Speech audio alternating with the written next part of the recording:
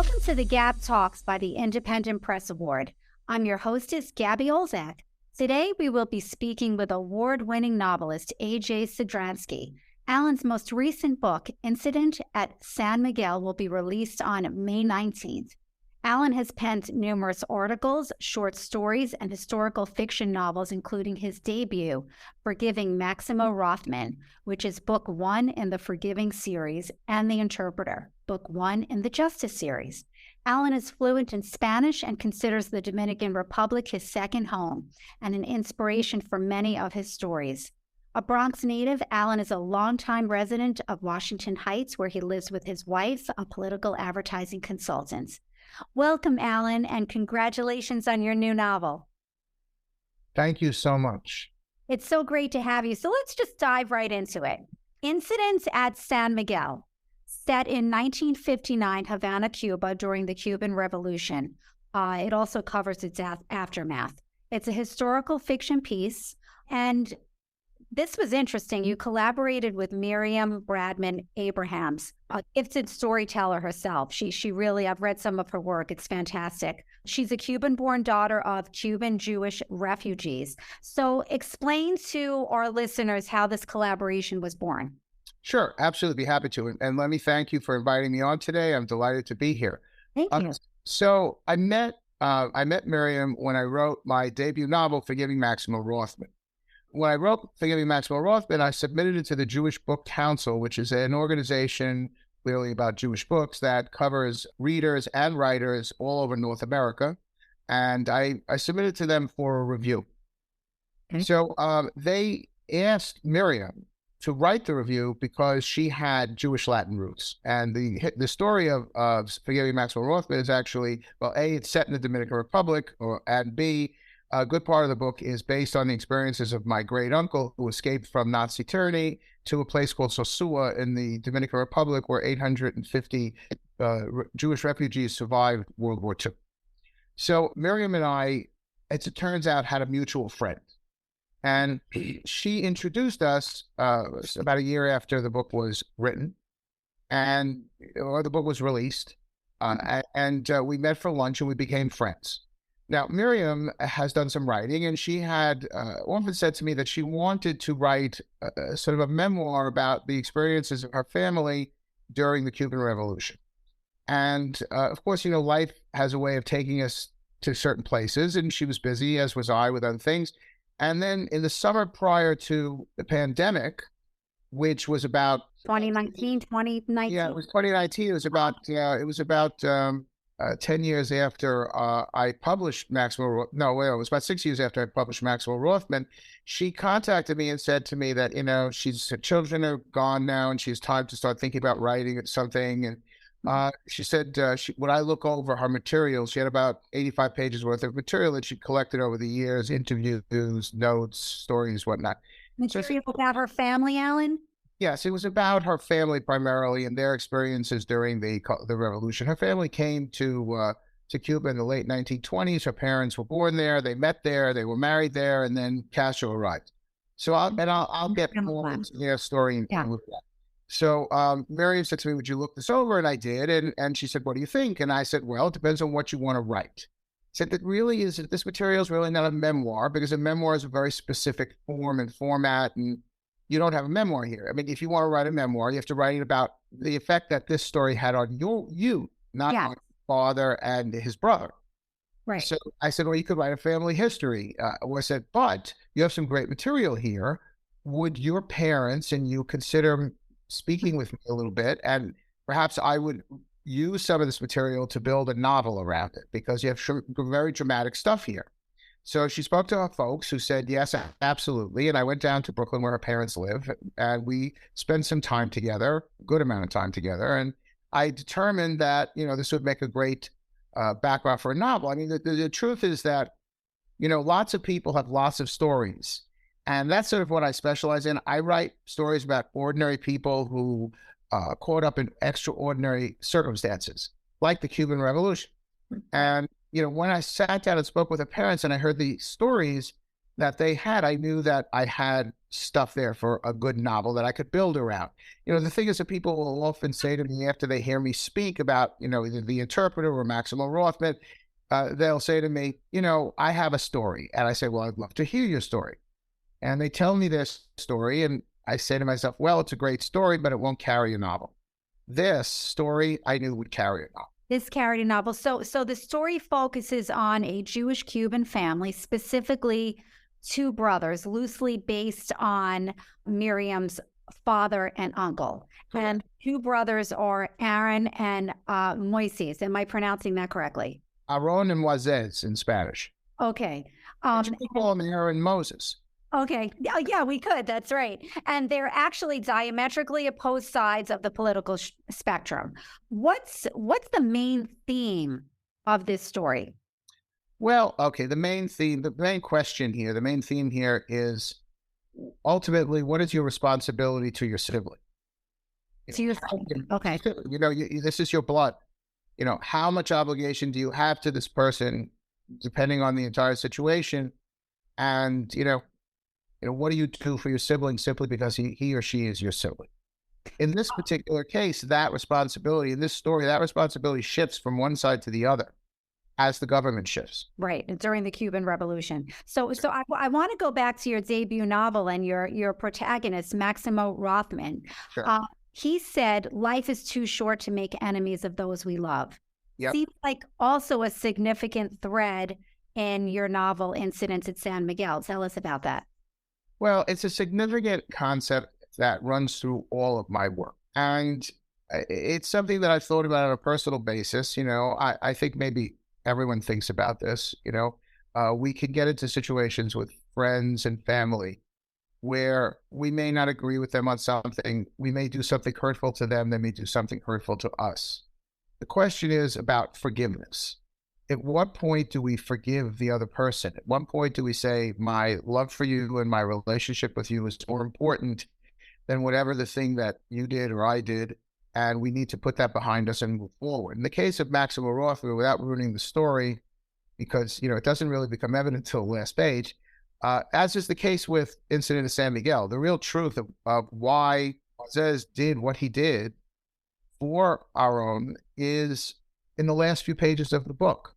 So in case of Maximo Rothman, he knows that his brother, who happens to be his twin, is aware of a terrible transgression that he made that should hurt his brother immeasurably. Mm-hmm. In the end, his brother forgives him. And so it's a question of forgiveness. Forgiveness is something that I've had a lot of time to think about. I think we all do. We have our ups and downs in life, and we have to sort of figure out, what caused the up and the down, especially the downs, and who's responsible, and how much, do we have to accept our own responsibility ourselves for what happens to us.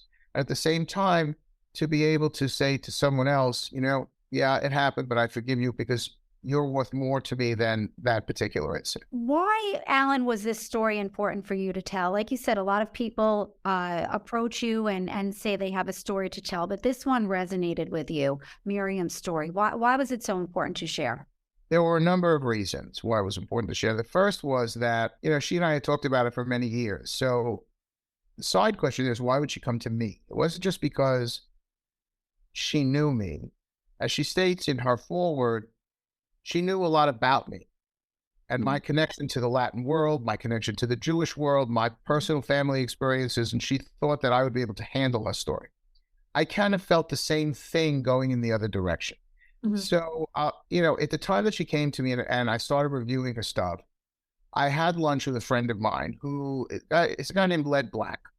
And he is the owner and operator of a website called the Uptown Collective, which is kind of it's sort of like an uptown online newspaper. Okay. And it covers Harlem, Washington Heights, and Inwood, where I live in Washington Heights. Right. And Led is sort of the mayor of Washington Heights. And he was instrumental in helping me to make the Forgiving series, in particular, Forgiving Maximo Rothman, and the third book, Forgiving Mariela Camacho, which is about the Dominican immigrant experience in the United States. He helped me, and he is Dominican. He helped me to promote those books. So he knew my work very intimately. And I told him over lunch, and I told him the story about how Miriam had come to me with the story, and I told him the gist of the story, and I said to him, should this be my next project? Should I do this? And he said to me, unequivocally, he said, there's no one on the planet who's more well prepared to write this story than you, at the intersection of things Latin and Jewish. Right. And the fact that it was in Cuba, not the Dominican Republic, well, that's sort of an accident of history, because I know all the Cubans and Dominicans listening are going to turn this off right now, but frankly, their cultures are very, very similar, and their historical experiences, particularly in terms of immigration to this country, are very, very similar. The way that, they've been treated by Americans. I said to myself, okay. And then I said to Miriam, I want to talk to your parents. And when I went down to meet them, I fell in love with them. Connection right away. Yeah, I particularly, I mean, not to say one over the other, but her father is, he's 90 now. I mean, he was his late 80s then, and he was quite frail, but he was as sharp as a tack. Mm-hmm. And he had a tremendous sense of humor. And he really had a sense of irony about the things that had happened to him in Cuba. And so it was just... Why irony? What was ironic about it? Well, he worked in the Batista government for the betterment of the Cuban people. But in the end, he wasn't, that didn't matter. The view that the Castro government took of him was such that he had to leave. He had to leave. Yeah, there were a lot of people like this. He had to leave. Yeah. And when he told me the stories about what had happened to him and the progression of his life under the first couple of years of Castro's communism in Cuba, it really made me understand sort of the connection to other refugee experiences. And the refugee experience is the other thing that I write about extensively. What I've come to understand about being an immigrant in general is that, people make the move, the immigration, from wherever they are to come to the United States, primarily because they want a better life for themselves and their family. Mm-hmm. So there's an economic imperative, and often that economic imperative, it may be amplified by political issues, such as, in the 1930s, the rise of Nazism in Germany, or in the case of Cuba in the 1960s, the rise of communism, and anyone in the entrepreneurial class was a target and had to leave. But I've heard all kinds of stories from all kinds of systems. And the bottom line is that, and I talk a lot about this in Forgiving Mariela Camacho, when someone leaves, they have an image in their head of this place that is their place of their birth.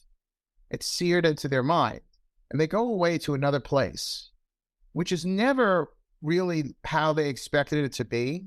And never really home. No, and they're never really home. But then at some point, if they're lucky enough, they go back to their home place, to this place where they were born. But what they find out is that it's not the place they left. Right. In fact, it has changed, because life goes on without you there. And it changes, and the society changes. So what they have is this snapshot of a moment in time. They can never go back to what they left, but they're never comfortable in where they went. And there's some sort of the universal experience. They're in some sort of limbo, actually. Yes, it's like a limbo. And it's a very difficult place to be psychologically. And so, with Miriam's father, he had that same kind of, and her mother, they had that same kind of reaction where, as they're telling the story, their eyes kind of glaze over a little bit, and they keep going, and you realize they're not really living with you in that moment, in that time, that they just gone back, 50 years or 60 years to Cuba when they were, 25 years old, and they were remembering what it was like, and they're remembering those emotions and those feelings. And in the case of this story, particularly because of the end of the story, when after a 40-year period where these two brothers don't see each other, they're reunited, I realized that I had the material that could support a novel. Now, it's a historical fiction. So are there parts of this that never happened? Of course. I mean, I'll tell you, up front, that the actual incident in San Miguel didn't happen. Right. No, right. I created that. I needed the sort of the literary license and the tension that went along with that scene in order to make the novel work. But at the same time, the Cuban Revolution happened, and a lot of people had to leave. There are a lot of things that happened. So I understand that in 2021, you actually visited Hungary, Czechia, and Slovakia to see where your grandparents were born and to visit family. That's incredible. So tell us, Alan, how has your family history and your cultural background influenced your writing and really your determination to recount and tell stories about immigrants and refugees? So it's interesting that you asked that question because on Sunday, I did an event at a synagogue out on Long Island this past Sunday, which was April 30th. I did an event at a synagogue in Riverhead, Long Island to commemorate Holocaust Memorial Day. And we were talking about this. So, the thing is that I'm going to tell you a little story. So when I was a small child, we lived in a two-family house with my grandparents. So it was in the Bronx. And there was this long hallway that went from the front door past, the living room and the studio room into the dining room and ultimately to the back of the house. And it had this very, very long wall. I can picture it. Okay. So along this wall were lots and lots of framed photographs. So the photographs of my grandmother and her family, I recognized because they came to this country in the 20s and 30s together in pairs, and they all lived within 5 blocks. We always had someone to have a fight with or someone, to have fun with, because that's how families are. Right. I knew them, but then there were all these other photographs. But I know these people. So who are these people? These people were my mother's father's parents and his siblings and his nieces and nephews. So eventually you start questioning, well, where are these people? They're all dead. Okay, how did they die? Well, a bad man named Hitler killed them. It's meaningless. So eventually, at some point when you're educated enough about the history of Europe and you understand that there was a terrible war and that there was a terrible Holocaust and Jews of Europe were singled out, and 6 million of them were murdered, then you start to put 2 and 2 together. You understand what happened to these people.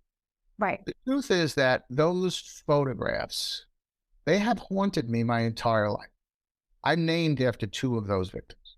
Really? The idea of these kinds of personal upheavals has always been something that sort of lives inside of me. So when I started to write full time, and I didn't write full time till I was past 50, I wanted to write these stories. And as I mentioned, I tell stories about ordinary people faced with extraordinary situations and circumstances. I wrote a couple of novels based on, the experiences of my uncle and then a cousin. Not the Forgiving series. So it was Forgiving Maximo Rothman is based on my uncle Max. And the interpreter is based on a cousin of mine, Kurt Berlin. We use his real name in the book.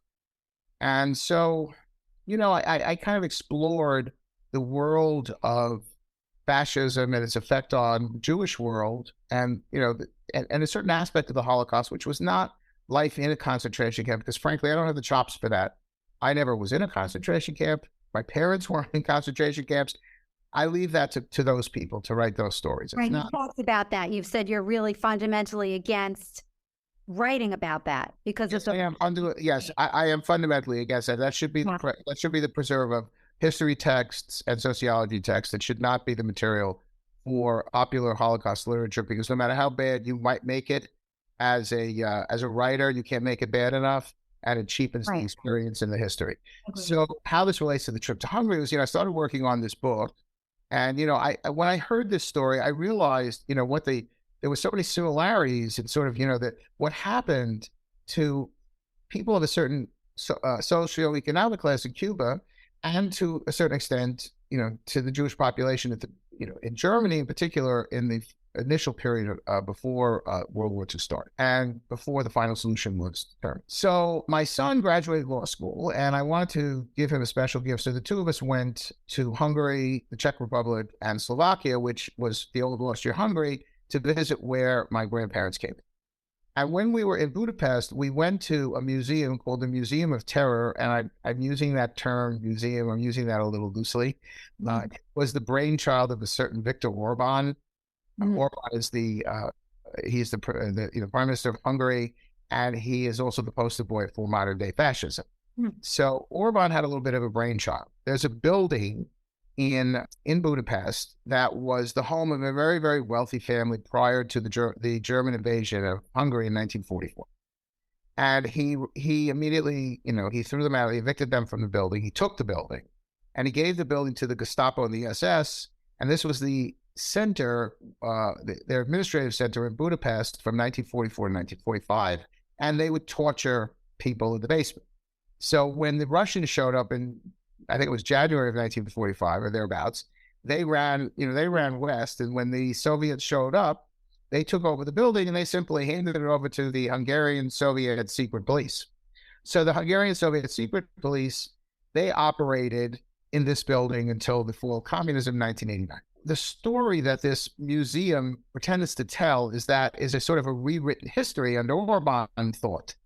And his position is that the Hungarians were neither communists nor fascists, but they were a occupied people from 1944 to 1989. And they were submitted to this terror perpetrated by both Nazis and communists.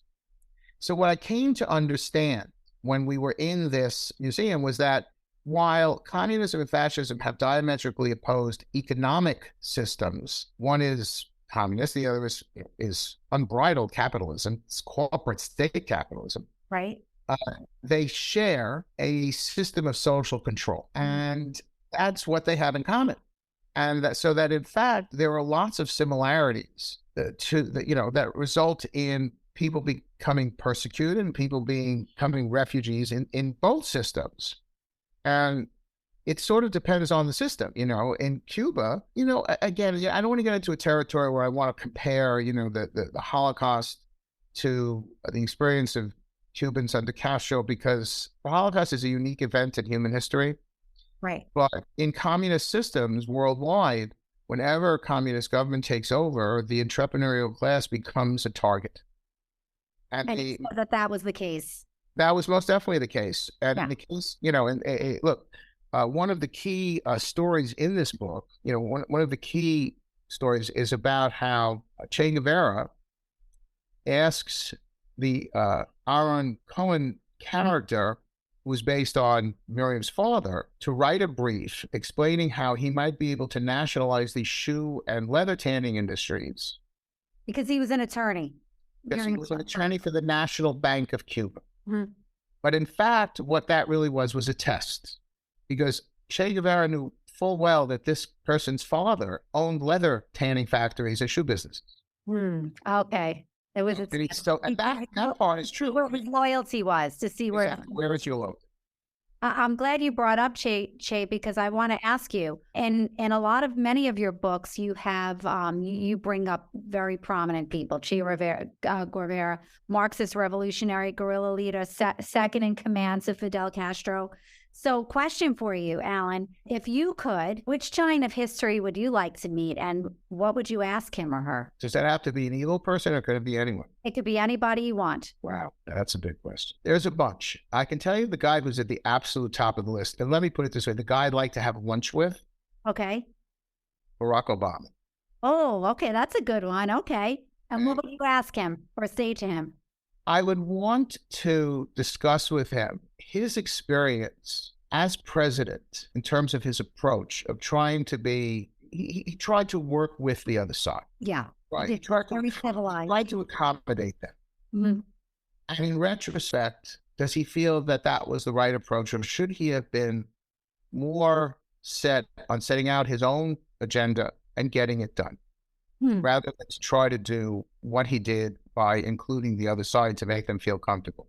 It's a good question. The other person that I would want to sit and talk with would be Chaim Weizmann, who was the first president of Israel. Okay. To understand better the decisions that were made at the very beginning of Israel's existence when they fought a war for independence against the armies from 6 Arab nations, to understand if they, in retrospect, he believed that, what they did was the only path, or were there any other options? Interesting. Okay. I'm glad you brought up Israel, because I have a question. So one of your characters, and I'm not sure if I'm pronouncing this correctly, but one of your characters in Incidents at San Miguel, he wanted to make Aliyah. Aliyah. What does that mean, and what's the significance of it in the story?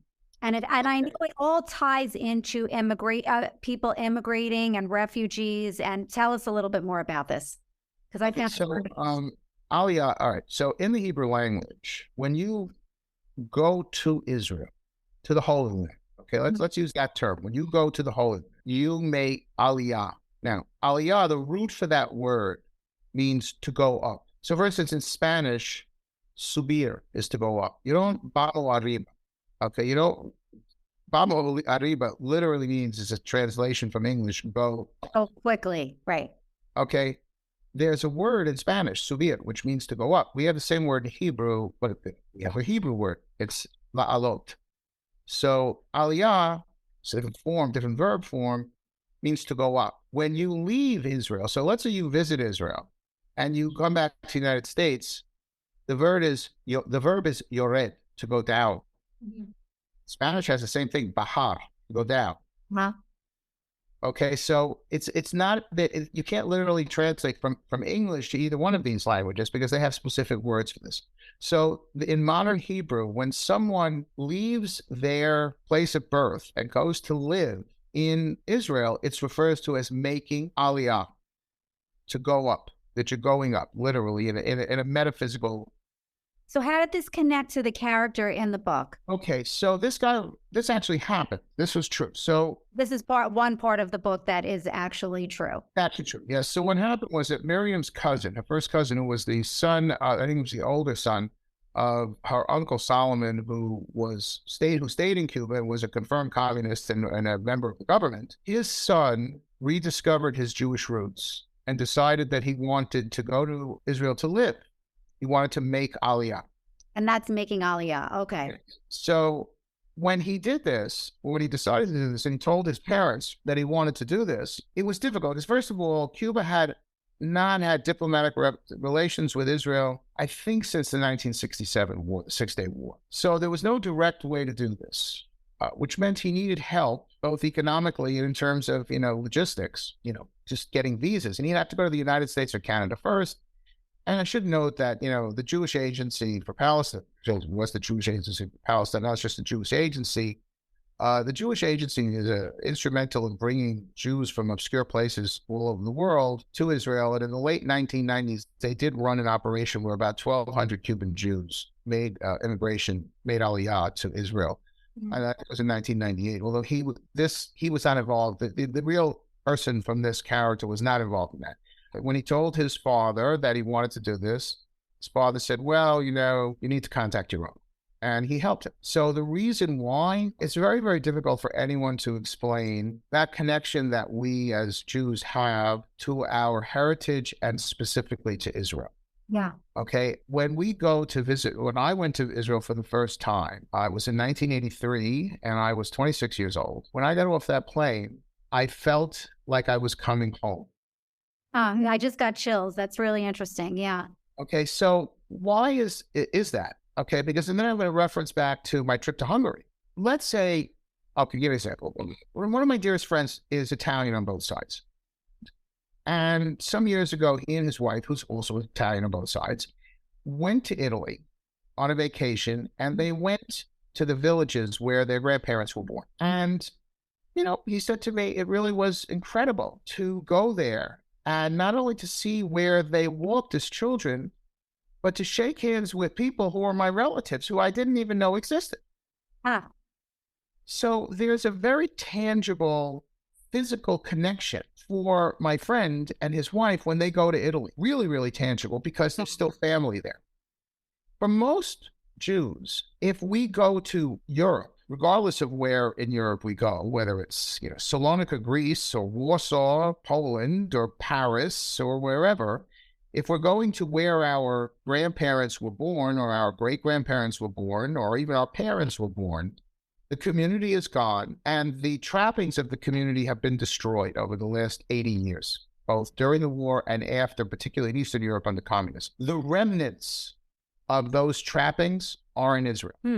And the descendants of some of the survivors who did not stay in Europe are in Israel. So, for instance, I have a very extended family in Israel. I have only this one cousin that I'm in touch with in Hungary, but we'll get to that in a second. So when I go to Israel, I'm coming home. Right. And that's where everything is. That's where all the what remains of our history there is now kept in Israel. So our connection to Israel is very intimate, and it's very hard to explain to someone who doesn't have that connection. Now, alternatively, when I took my son to Hungary, I also had a revelation. It's not so much that I felt I was coming home, but that I kind of understood that who I am, that I'm a Hungarian Jew. That's how I was raised. Right. Because I was raised by Hungarian Jews. Yeah. When I got to the villages where my grandparents were born, there were no Jews there. And there were no relatives there. And when we went to this tiny village, you can't even call it village, it was more like a hamlet. It was 12 houses on the top of the mountain where my grandfather was born. And I met these 3 old people, and long story short, through Google Translate, I explained to them who I am. And this old man, the only word in English, he didn't even have English, he had the Slovak word, Žid. And he points at me, he says, Žid? I said, yes. And he pointed at a house, and he said, that's the house, in Slovak, which I didn't understand, telling me that's the house. So I walked into the house where my grandfather was born 125 years earlier, and who my son is named after, and my son is with me. But it's not the same as getting off the plane in Israel. I understand that. Okay. I do. That's what that's about. And all of those Jews emigrated to other places, to the Dominican Republic, to Cuba, to wherever. So like you said, there's no one there. They're not there anymore. No, well, it's interesting about Cuba and the Dominican Republic and Jewish immigration. So Cuba had a much larger Jewish immigration than the Dominican Republic. And the reason for that was that this is a fascinating, sort of factoid. So when the American government, under tremendous pressure, changed from right-wing elements in this country, changed the immigration law here in 1924, they ended open immigration, and they set up a quota system for European immigration, because they wanted to maintain the balance between European ethnic groups.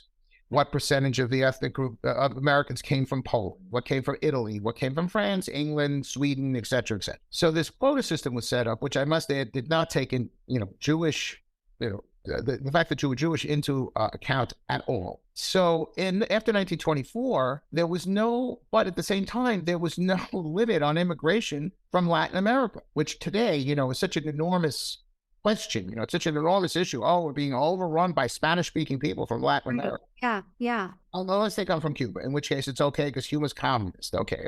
All right. So European Jews who could not get to the United States would go to Cuba, Mexico, Venezuela, Colombia, Argentina, and they would wait till they could become citizens in those countries and then legally enter the United States without an immigration quota. They used to refer to Havana as the Hotel Havana, because that's where a lot of Jews from Poland would go to wait to be able to enter the United States after 1924. The Dominican Republic is a little different story. The Dominican Republic did not have the level of immigration at that time that Cuba did. But what happened in the Dominican Republic was that in 1938, and this is detailed in my book, Forgiving Maximo Rothman, in 1938, because of the tremendous immigration problem that existed, in Europe, there were 250,000 stateless refugees in Europe, all Jews from Germany and what was prior to that Austria, which had been absorbed by Germany, and part of the Czech Republic, the Sudetenland, which had also been absorbed by Germany. President Roosevelt called a conference at Avion, France, which was surprisingly called the Avion Conference. 28 nations attended this, and the only nation that offered substantial numbers for Jewish immigration was the Dominican Republic. So why would this tiny, impoverished island nation offer to take up to 100,000 Jewish refugees in 10 years, over a period of 10 years, with 110,000 the first year?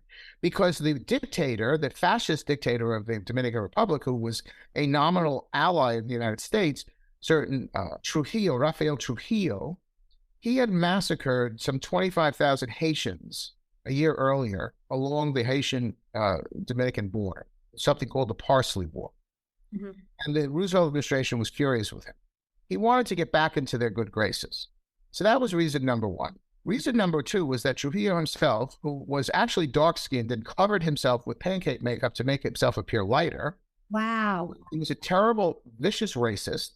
And he thought that by bringing in 100,000 European white Jews, most of them men, because he preferred single men, they would marry the Dominican women and lighten the skin tone of the Dominican people. So when you that's okay, so the tragedy of this was that he offered to take 10,000 refugees immediately, and only 854 went.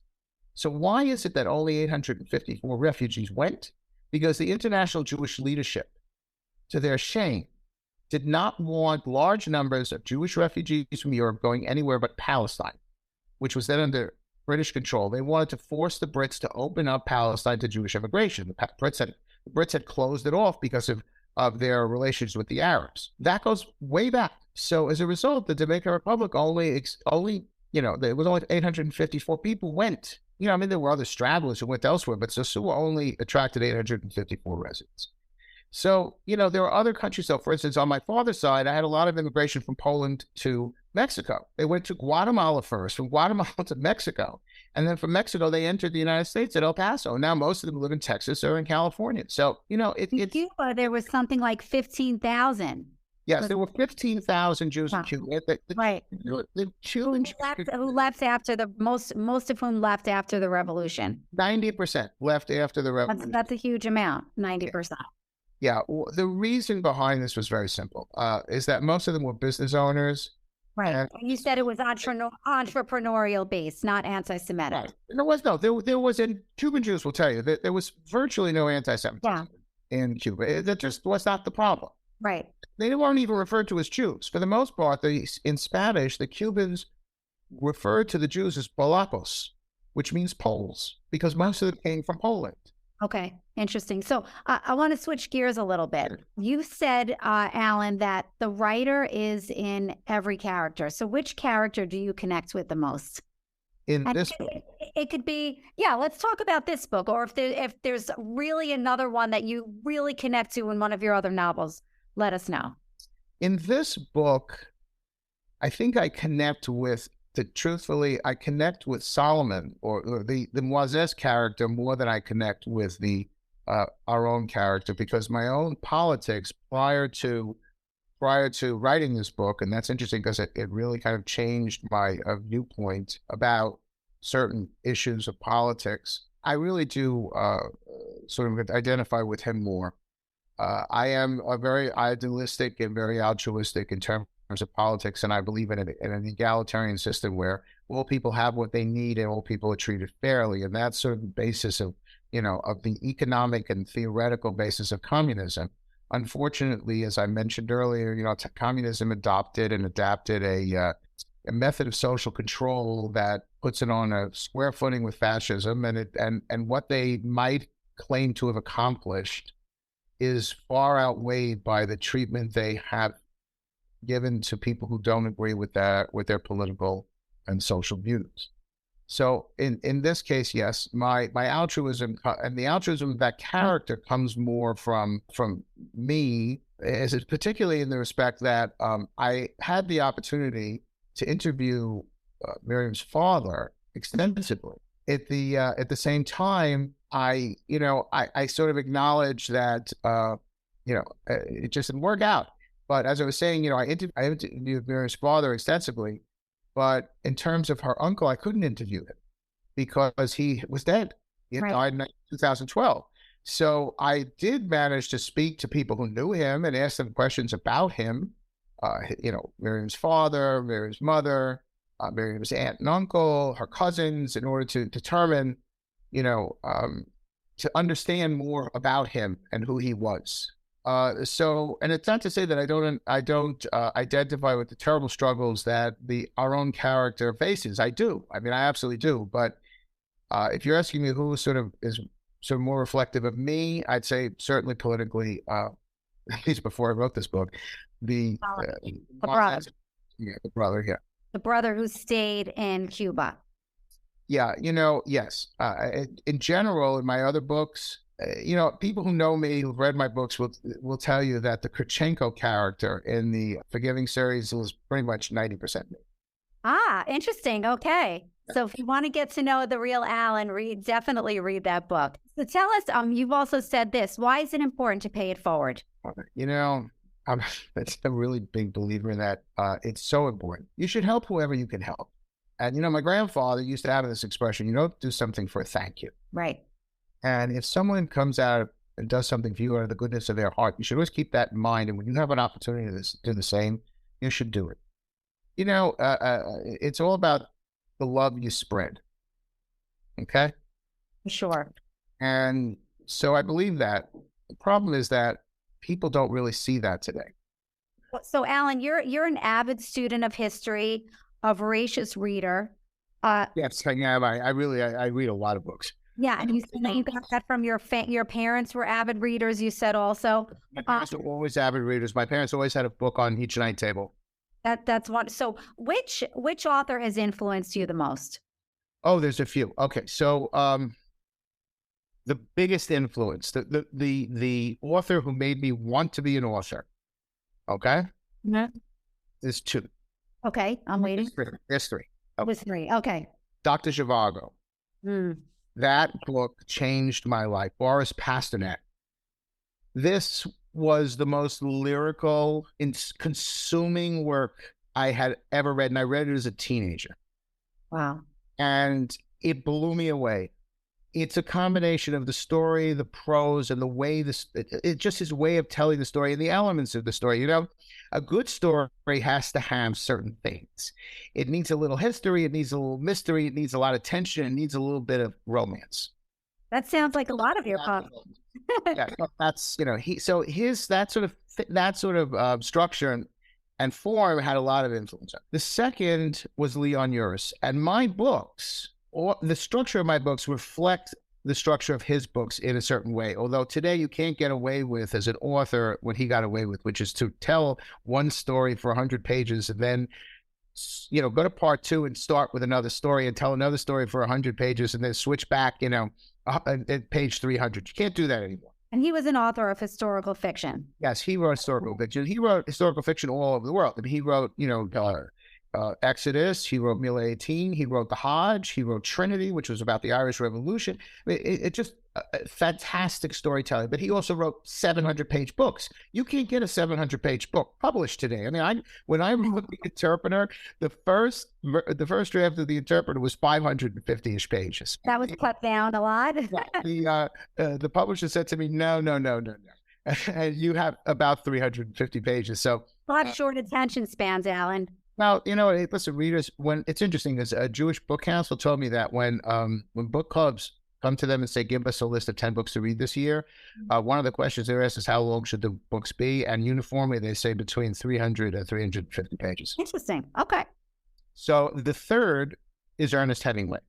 Me too. Because no one has ever managed to write with the economy of words that he writes.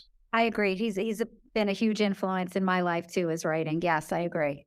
He's been really, really, really sort of, you know, beaten down, and people criticize him for all kinds of stuff, you know, about his personal life, about his attitudes about women, the fact that, you know, he only wrote one strong female character, that he was a drunk, you know, he was misogynistic.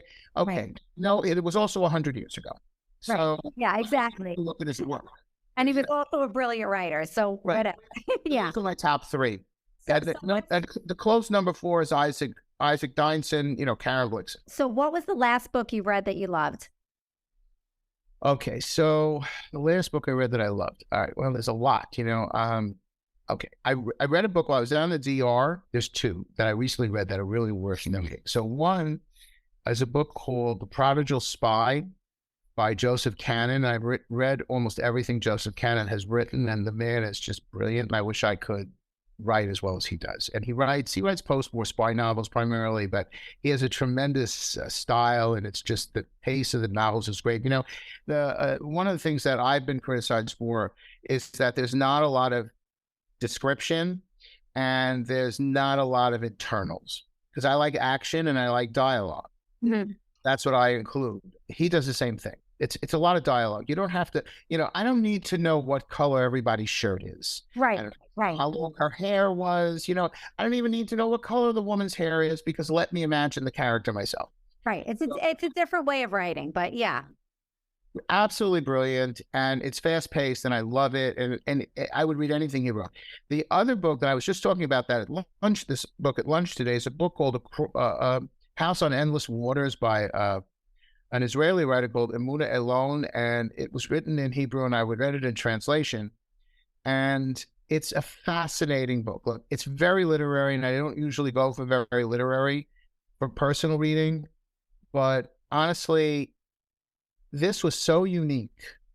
It's got two storylines. It's set in Amsterdam in the present, and then Amsterdam during the occupation, the Nazi occupation. And basically, the basic plot is that the main character is a writer, and he discovers that, in fact, he was not born in what was then British-occupied Palestine, that he was born during the war in Amsterdam, and he goes back to Amsterdam to try to discover the truth of who he is.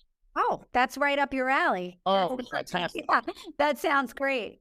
The most interesting thing about it is that the way she presents the backstory is that you're learning about his research, and he's thinking about how he's going to write the novel. Ah. So it's literally, you're reading the mind of a writer thinking about how to write a novel. So for a writer, I was going to say, for a writer, it's a perfect book to read. I'm going to have to take that one up. Thanks for the suggestion. So, Alan, can you share with our listeners the most important lesson you've learned in life? I know that's a big one. That's a big one. The most important lesson is that you should live every day like it's your last day, because you don't know when you're going to have your last day. So if there's something you want to do in life, do it. Don't put it off. And if you're miserable at what you're doing and you want to change, make the change. Don't make excuses why you don't make the change. I was very, very fortunate. When I was 17 years old, my parents, I was a senior in high school and was going off to college, and my parents said to me, well, what do you want to study and what do you want to do? And I said, I want to study English and I want to be a writer. And my parents said, no, that's a terrible idea. It's not good. It's not for a Jewish boy. You have to be a lawyer or a doctor or an accountant so that you can earn a living and support a family. Okay. So I didn't become a writer. I ended up in the real estate business for some 35 or 40 years. And then in 2009, the bank I was working at collapsed and they were taken over by the OCC. And the day before the takeover, I was let go.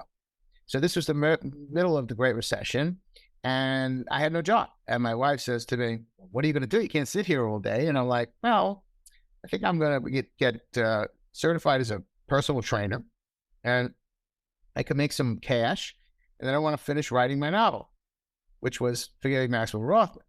So she rolls her eyes, and she had a very, very good job at the time, the key to which was that she had medical insurance, platinum style. Oh, yes. Now, there's a statement on our nation. Yes. Okay?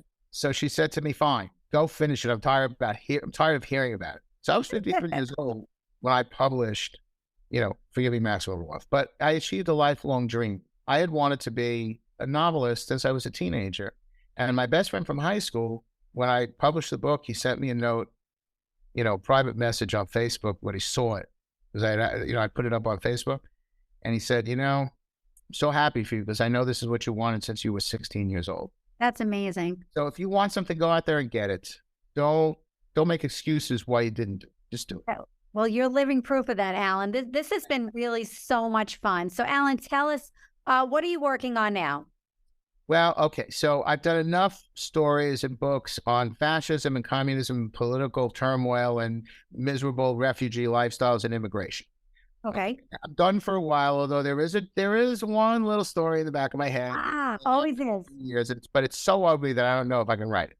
So I'm working on two things. The thing that I started writing, which requires absolutely no research, is a story called Call Me Feldman. It's a book called Call Me Feldman. Get Me Feldman. Get Me Feldman. And I just came up with the title yesterday.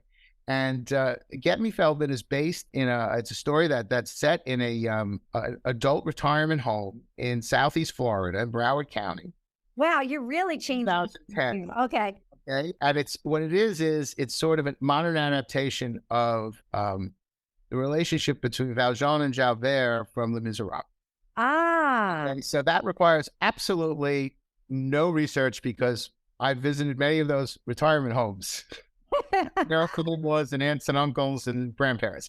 And then the bigger project that I'm working on is a book called Fielder's Choice, which is the story of a young Dominican baseball player who comes up into the major leagues. It's about the relationship that he develops with the manager of his team, a guy named Fielder, who was kind of a failed baseball player who's now managing a baseball team, Major League Baseball team that is the worst team in the league. And it's the story about their relationship because this kid is a generational talent and he's going to be traded. So it should be a real tearjerker.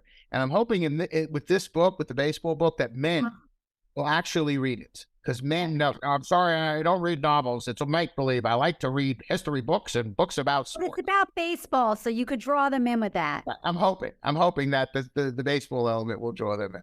Well, they both sound fantastic. They sound great. So lastly, Alan, where can our listeners find out more about you? Because you are incredibly interesting and have a million fantastic stories.